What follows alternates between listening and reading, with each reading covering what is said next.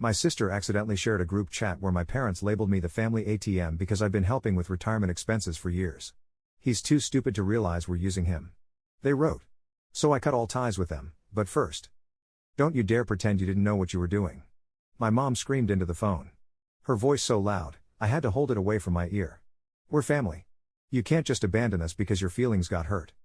I sat there in my home office, staring at the April rain hitting the windows of my Burlington townhouse, feeling a strange mix of numbness and rage. Everything I thought I knew about my family had just crumbled before my eyes, all because of a simple text message my sister Kelly had accidentally sent to our family group chat instead of the secret one she shared with our parents. My name is Jordan Wright. I'm 35 years old, and until yesterday, I thought I was just being a good son by helping my parents with their retirement expenses.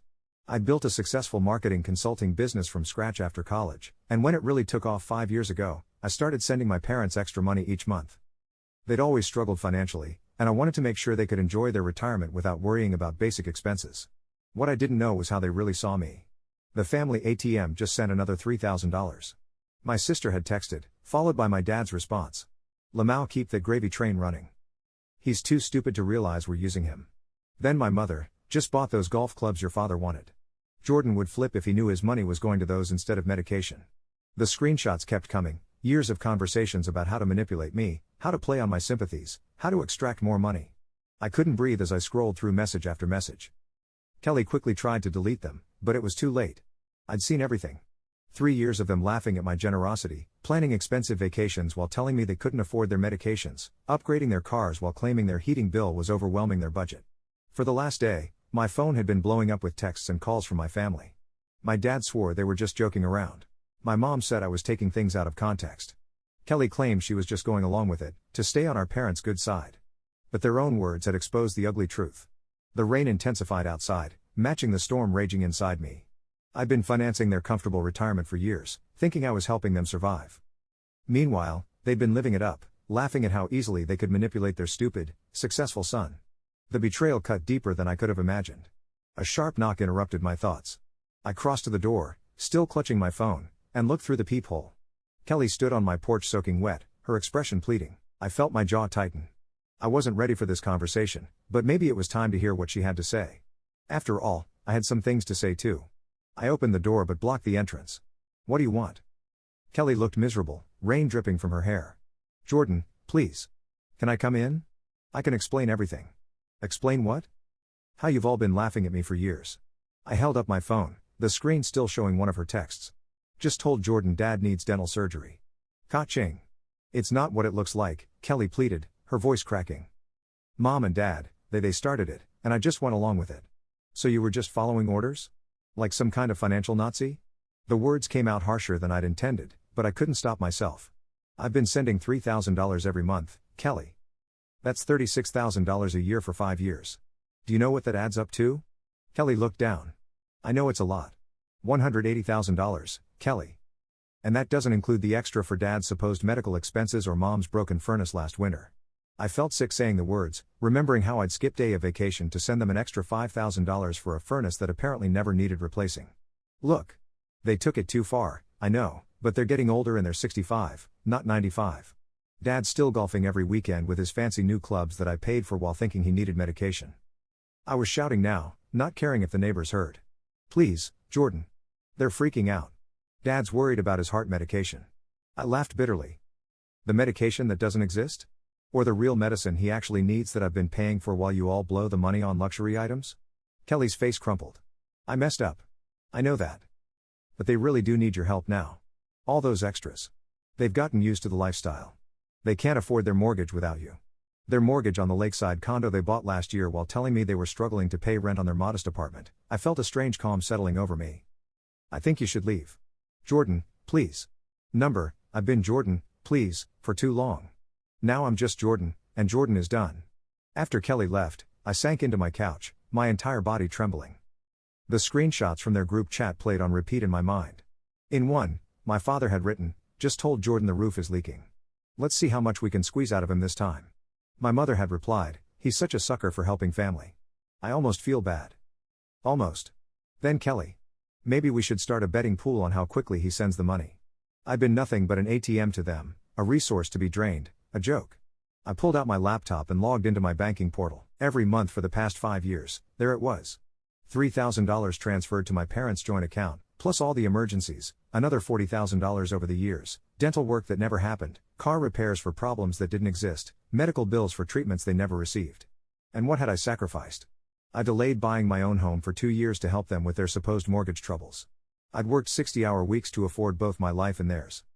I'd skipped vacations, bought second-hand furniture, and cut corners on my own life to make sure they were comfortable. For what? So they could laugh at me. So they could buy golf clubs and take cruises while I worried if they were eating properly. I opened another tab and logged into the investment account I'd set up for them 3 years ago. My secret plan to surprise them with a supplemental retirement fund when they turned 70. I'd been contributing $1,000 monthly. The balance showed just over $42,000. My finger hovered over the close account button. Number not yet. I needed a clear head for this. I called my best friend, Mark, who was also my attorney. They did what? He practically screamed when I explained the situation. I know, I said, my voice hollow. I've been an idiot. No, Jordan. You've been kind. They're the ones who should be ashamed. His voice softened. What do you want to do? I don't know, I admitted. Part of me wants to just cut them off completely. Another part wants to confront them and hear them try to explain themselves. Before you do anything, we need to review what you've set up for them legally. Are they on any of your accounts, insurance policies, the retirement supplement you mentioned? I felt a chill. I hadn't even thought about all the ways we were financially entangled. Beyond the monthly transfers and the investment account, I'd added them to my premium health insurance policy as dependents 2 years ago.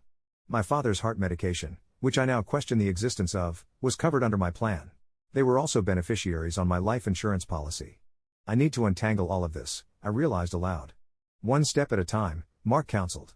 First, gather all the documentation of what you've given them. Bank statements, texts asking for money, everything. Second, make a list of all financial connections you need to sever. Third, decide if you want to communicate with them about why you're doing this. As I hung up, my phone buzzed with a text from my mother. Your father is very upset. His blood pressure is through the roof because of your behavior. We need to talk now. Something inside me hardened. The manipulation was still happening even now.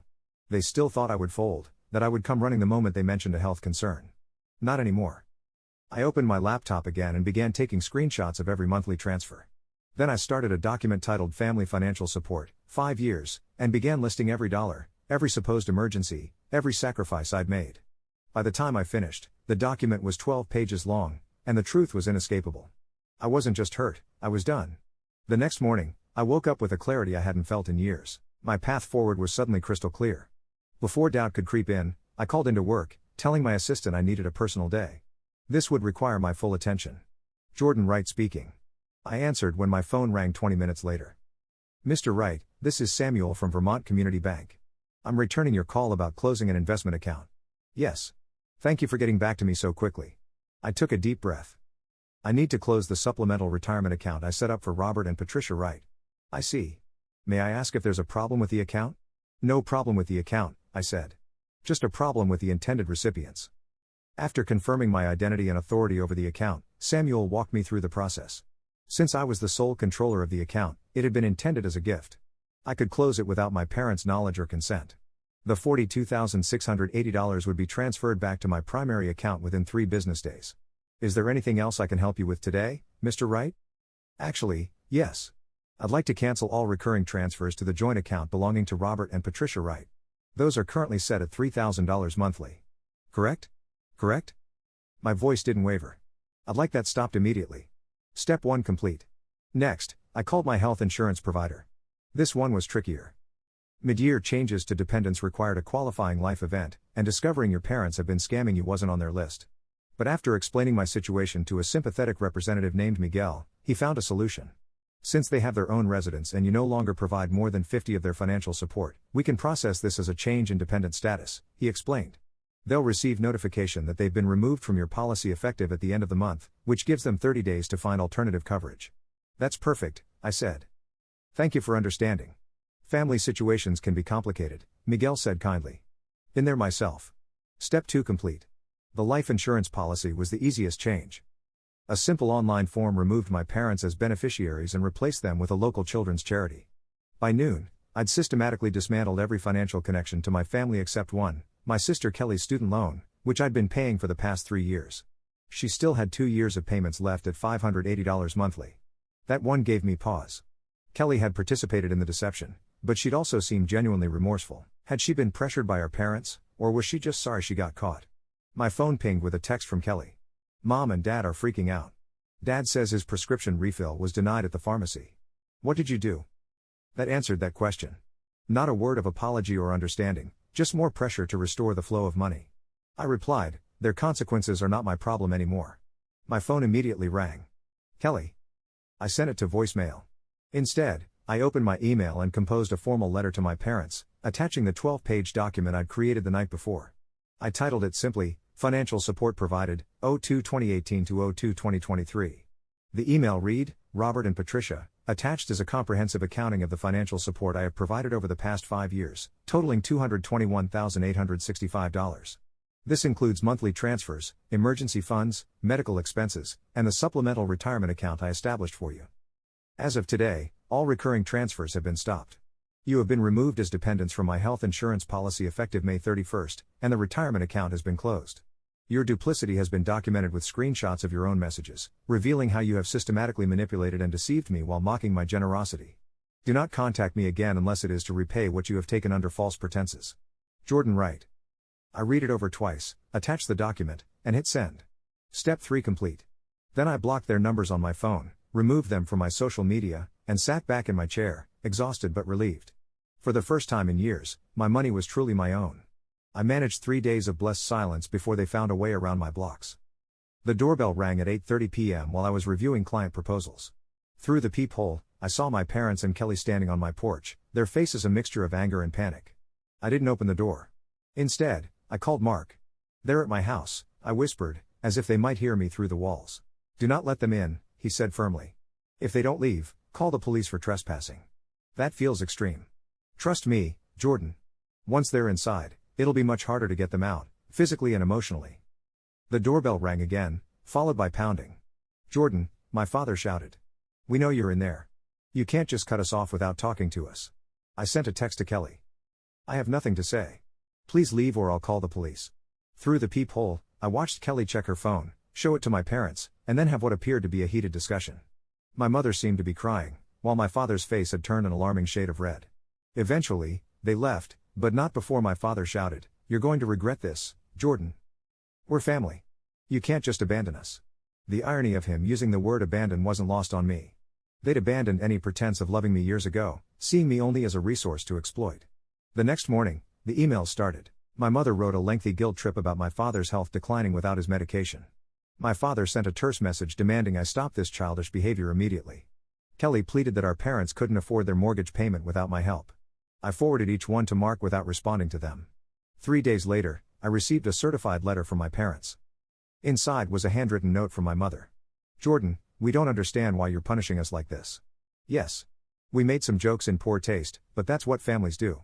Your father's heart medication is $450 per month without insurance. Our mortgage is due next week, and we can't cover it without your help. We might lose our condo. Is that what you want? For your elderly parents to be homeless? Please stop this cruelty and talk to us. I nearly laughed at the elderly comment. They were both 65 and in good health. My father's golf game had never been better, according to the country club photos Kelly had accidentally included in one of those fateful screenshots. I called the pharmacy where my father filled his prescriptions, pretending to be my mother. I'm calling about my husband, Robert Wright's heart medication. What's the cost without insurance? Let me check, the pharmacist said. After a moment, it's $42 for a 30-day supply, Mrs. Wright, not $450. Another lie. That evening, Kelly showed up at my office as I was leaving. She looked terrible, dark circles under her eyes, clothes rumpled. Jordan, please, she said, stepping in front of me. They're falling apart. Dad's talking about bankruptcy. That's not my problem, I replied, trying to step around her. How can you be so cold? They're our parents. Are they? Because real parents don't exploit their children.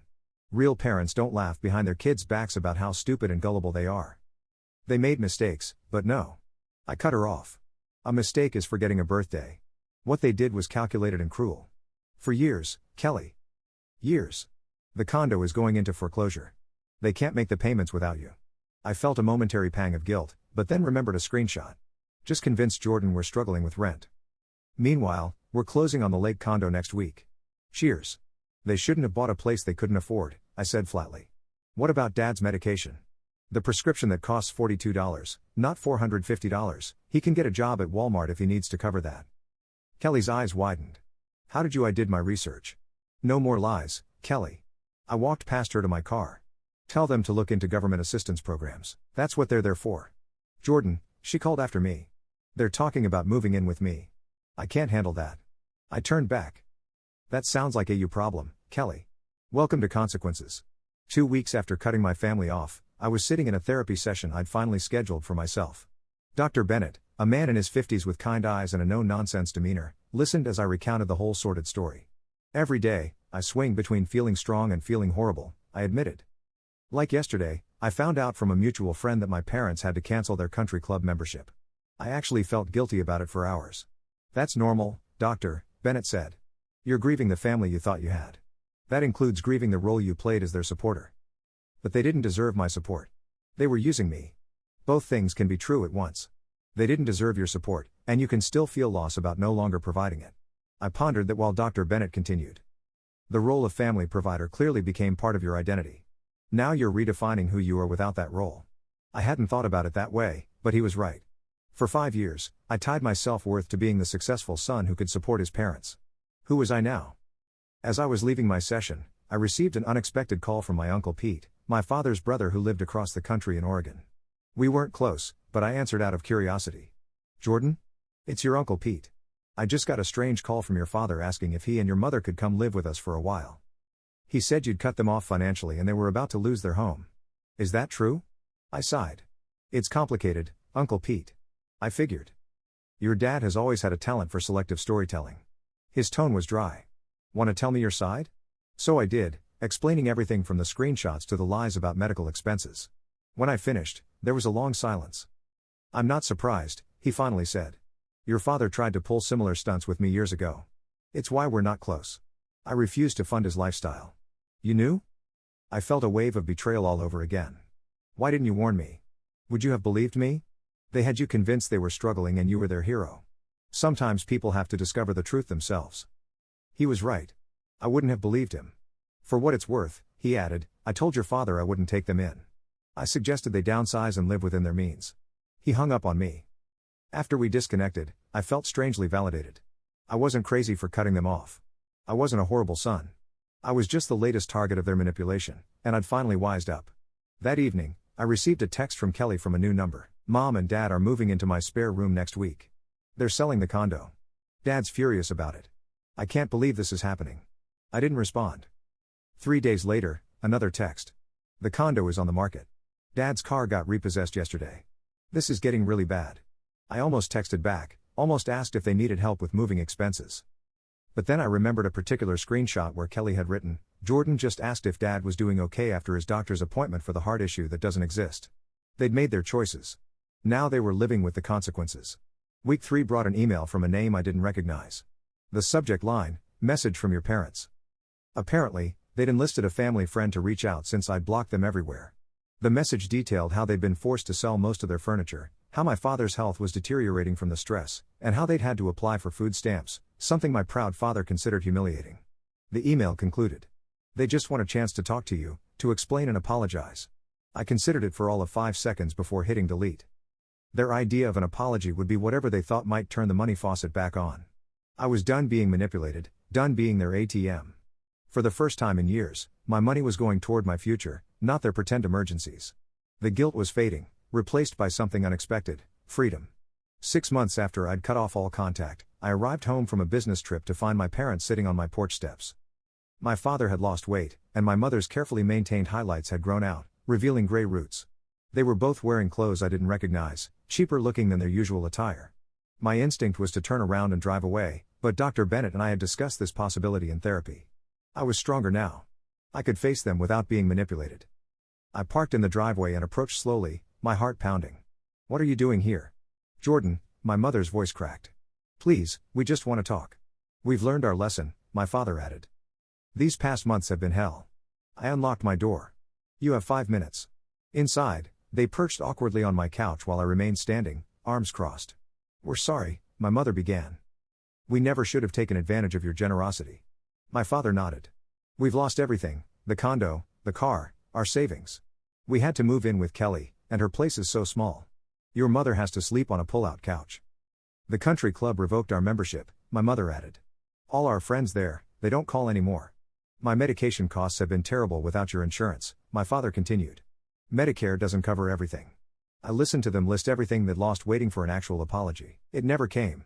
There was no, "We're sorry we hurt you," or "We were wrong to mock you." Just a catalog of their hardships and implied blame that I had caused them. Is that it? I asked when they finally fell silent. We want to make things right, my mother said. We've really suffered, Jordan. We've learned our lesson. What lesson would that be? They exchanged glances. That we shouldn't have taken you for granted, my father finally said. Translation. They should have been more careful about getting caught. No, I said softly. You haven't learned anything. What do you mean? My mother asked, her voice rising slightly. We came all this way to apologize. No. You came all this way to tell me how much you've suffered without my money. Not once have you acknowledged how your betrayal made me feel. We said we're sorry, my father protested, for getting caught maybe. Not for what you did. I took a deep breath. In the past 6 months, I've thought a lot about what a healthy family looks like. It's not this. It's not treating your child like an ATM and mocking him behind his back. My mother's face hardened. So you're just going to keep punishing us over a few jokes? This isn't punishment. This is me protecting myself from people who've shown they don't have my best interests at heart. We're your parents, my father said, as if that explained everything. And I was your son, not your personal bank. I moved toward the door, opening it. I wish you well. I really do. I hope you find a way to live comfortably within your means, but I can't be part of your lives anymore. You can't mean that, my mother whispered, tears forming. We need you. That's the problem. You don't need me. You need what I can provide. There's a difference. My father stood, anger replacing his earlier contrition.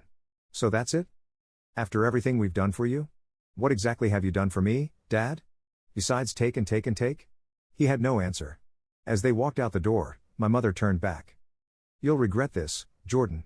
Family is all you have in the end. I shook my head. No, Mom.